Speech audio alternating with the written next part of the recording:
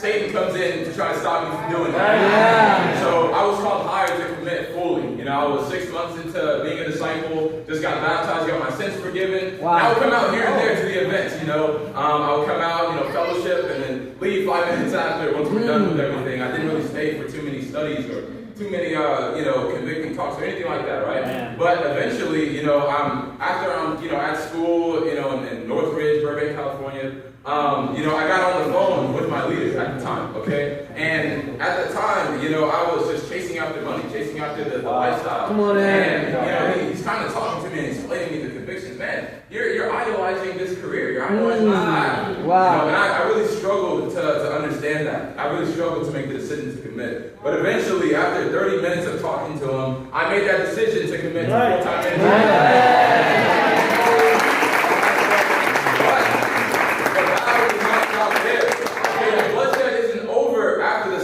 Right. The enemy will continue to make you feel guilty or ashamed to make you Come on. And it makes sense. You're leaving the world. You're leaving Satan's grip, you know? Yeah. Therefore, he persecutes you. And I want to be very clear about something.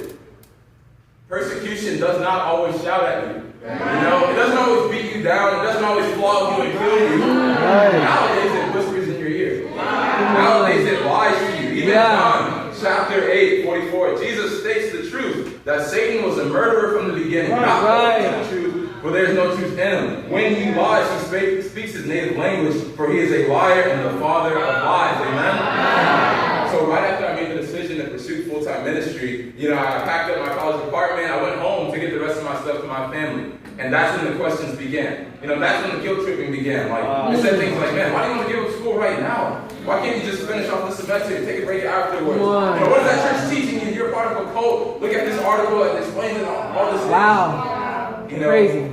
At that point, I had two options. Maybe I can, you know, listen to Satan's lies or stand firm. So I stood firm. Amen.